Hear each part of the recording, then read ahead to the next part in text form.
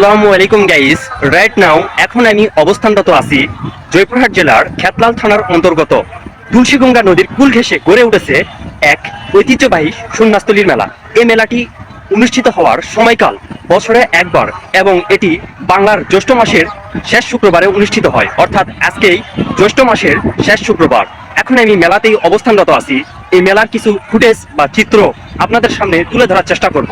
So আপনারা ভিডিওটি না টেনে সম্পূর্ণ ভিডিওটি দেখার অনুরোধ জানাচ্ছি। আমি মোহাম্মদ সামিউল ইসলাম এবং আমার সাথে রয়েছে আমার বন্ধু বাবু।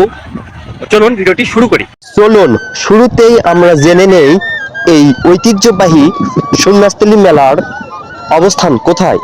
এটি জয়পুরহাট জেলার খেতলাল উপজেলার সদর থেকে 8 কিলোমিটার দক্ষিণে মামুদপুর ইউনিয়নের মোহাম্মদপুর জিয়াপুর গ্রামের তুলসীগঙ্গা নদীর কুল ঘেঁষে বসে সন্ন্যাসতলীর মেলা।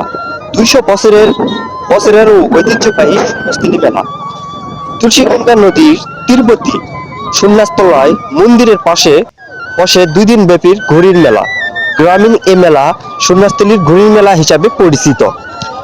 মেলার সঠিক ইতিহাস কেউ বলতে না পারলেও জনশ্রুতি রয়েছে যে সন্ন্যাসী পূজাকে ঘিরে 200 বছরের অধিক সময় আগে মেলাটির উৎপত্তি ঘটে।